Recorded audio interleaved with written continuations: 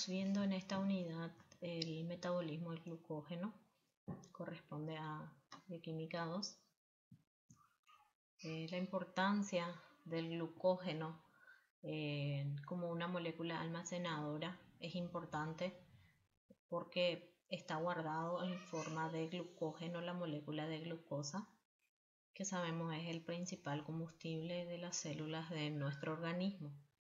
Entonces vamos a ver que existen dos órganos principales que pueden almacenarlo, que es el hígado y el músculo. Este glucógeno está presente en el citosol y es un polímero de glucosa. Esa glucosa es unida en una molécula bastante grande y se va formando con ramificaciones, cadenas lineales y ramificadas. De esa manera, dentro del citosol de las células hepáticas y las células musculares se almacena este glucógeno. Vamos a ver un poquito. Ese glucógeno tiene gran importancia porque va a permitir disponibilizar de glucosa para la contracción muscular o para la liberación a la sangre. Vamos a ver, existen dos diferencias básicas entre el glucógeno hepático y el glucógeno muscular. El glucógeno hepático exclusivamente tiene importancia en el mantenimiento de los niveles de glicemia, la glucosa presente en la sangre.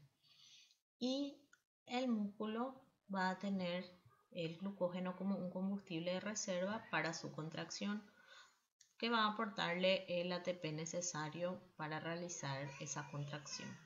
Entonces, esa diferencia se da por la presencia en el hígado, hay presencia de una enzima que se llama glucosa 6-fosfatasa, y esa enzima permite hidrolizar glucosa 6-fosfato que se produce en el hígado para poder liberar glucosa a la sangre, dar glucosa libre.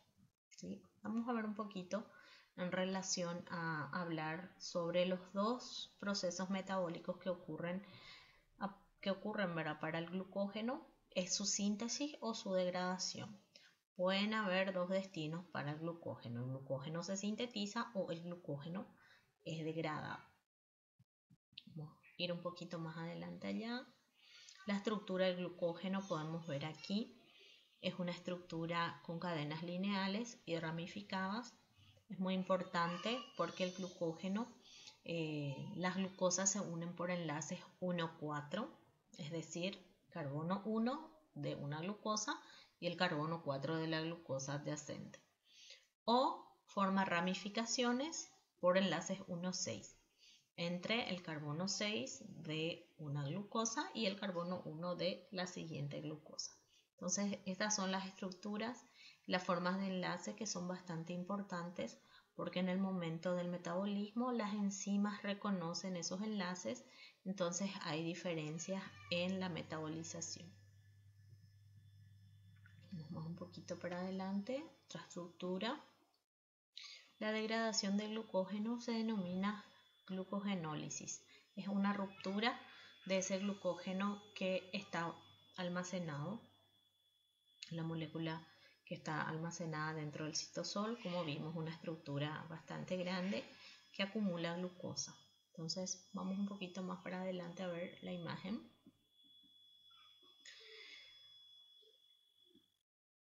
El glucógeno, bueno, vemos de esta forma la estructura.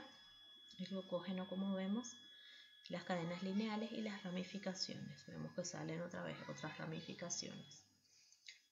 La ruptura se inicia a partir de los extremos no reductores, entonces para cortar ese glucógeno. Eso es la glucogenólisis.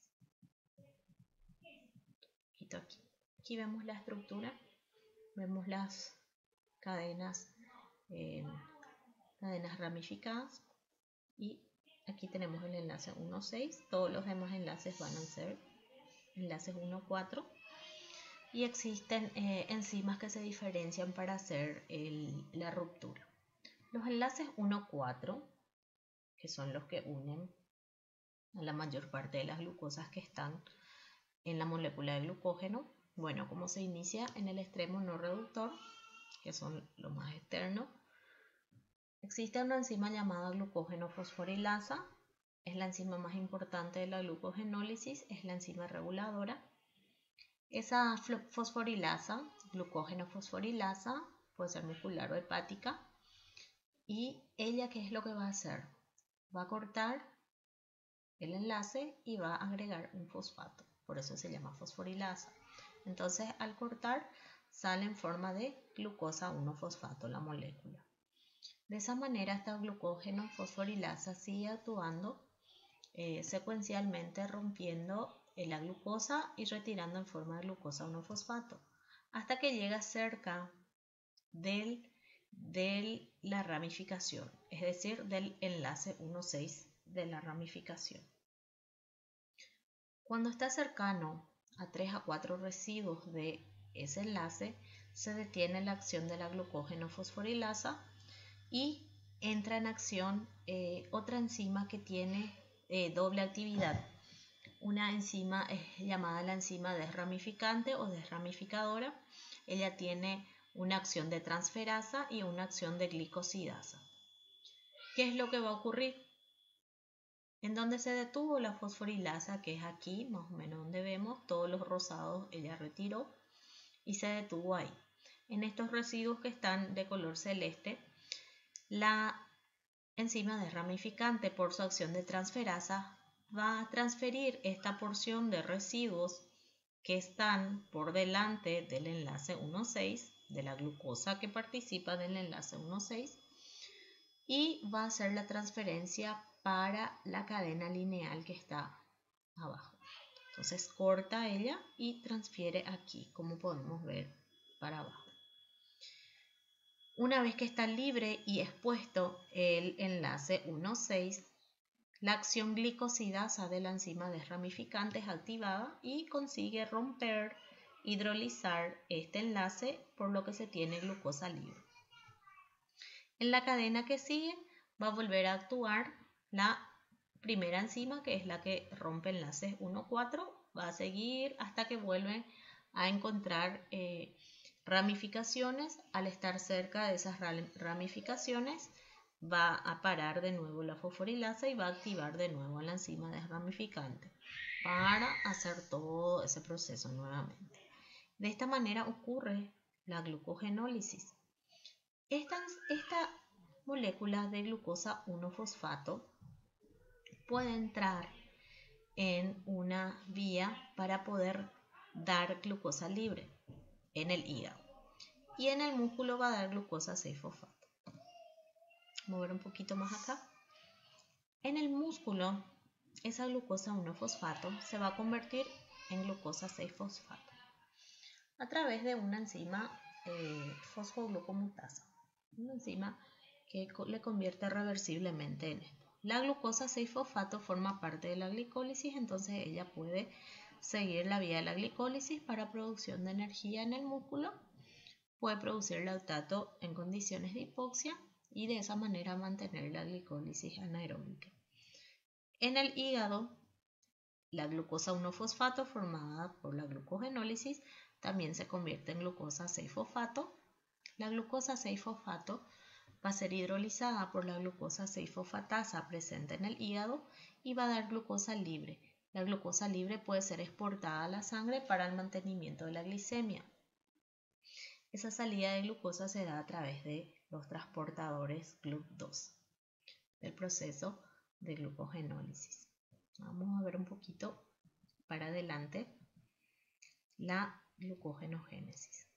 La glucogenogénesis es la vía contraria, es la vía de síntesis del glucógeno.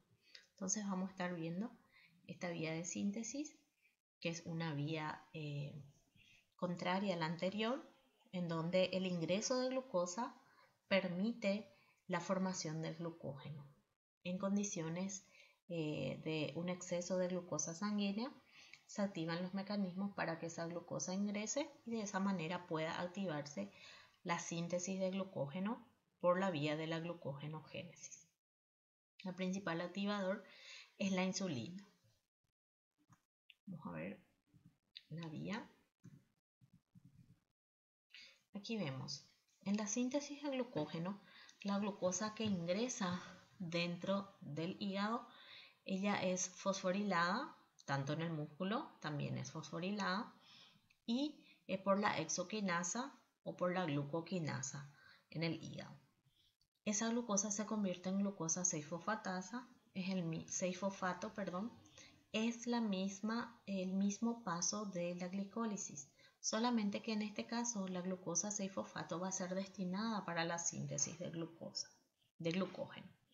La glucosa 6-fosfato se convierte en glucosa 1-fosfato por la misma enzima fosfoglucomutasa que actúa en la glucogenólisis, porque es una enzima que puede tener doble acción reversible. La glucosa 1-fosfato se convierte en UDP-glucosa por la transferencia a una unidad de UTP, uridina trifosfato. Entonces esa glucosa 1-fosfato se combina con la UTP, liberando pirofosfato y de esa manera se convierte en UDP-glucosa. La UDP-glucosa es reconocida por la enzima glucógeno sintasa, que es la enzima capaz de hacer la síntesis de glucógeno.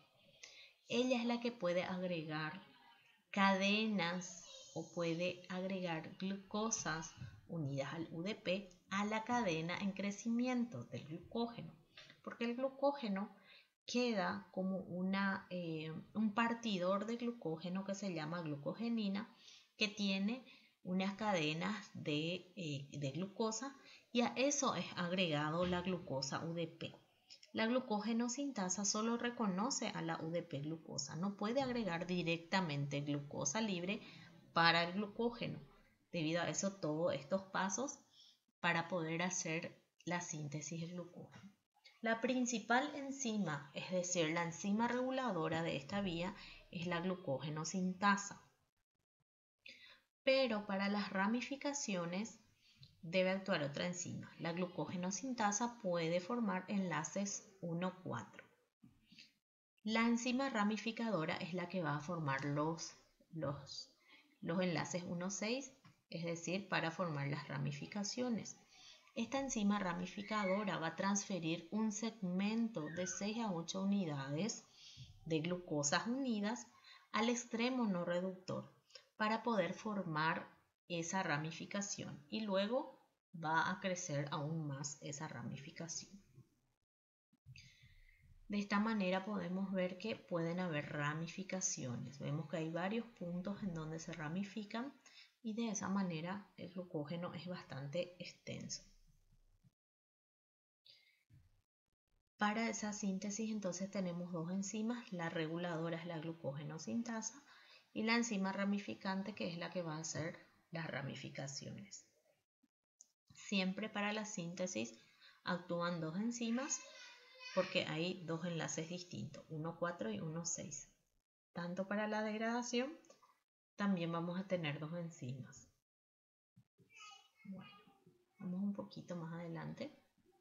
Varias enzimas actúan. ¿Cómo es la regulación de todo este proceso? Este proceso es altamente regulado. Hay mecanismos de regulación alostérica, hay mecanismos de modificación covalente por la regulación también hormonal. Entonces, estos mecanismos van a permitir que se activen o se inhiban la síntesis o la degradación del glucógeno. Existen tres hormonas principales que van a llevar a cabo y es lo que más enfoque le daremos. La regulación alostérica se da por moléculas que se forman durante el metabolismo que pueden activar o que pueden inhibir a las enzimas reguladoras. Vamos a ver un poquito más para allá. Vemos que la glucógeno sintasa es activada por la insulina y es inhibida por la adrenalina o glucagón. De forma alostérica, la glucógeno sintasa es activada alostéricamente por la glucosa 6-fosfato y es inhibida por glucógeno y por el calcio.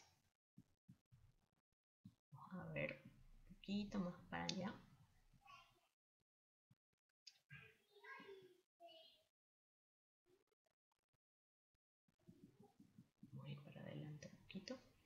donde vamos a ver las regulaciones, como nos muestra acá.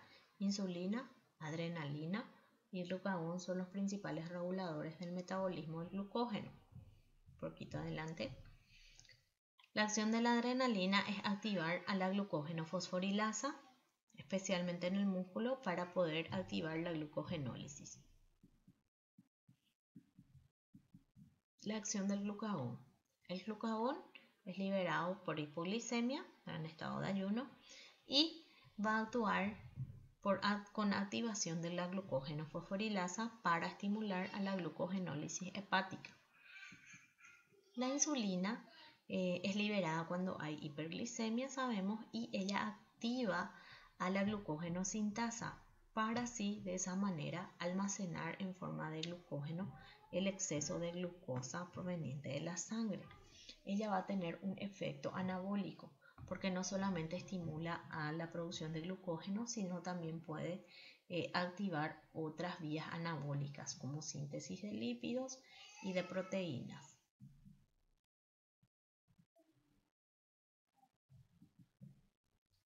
La insulina tiene varios efectos importantes, por eso estaremos también hablando sobre varios efectos que pueden tener la insulina dentro de este metabolismo de glucógeno. Es muy importante.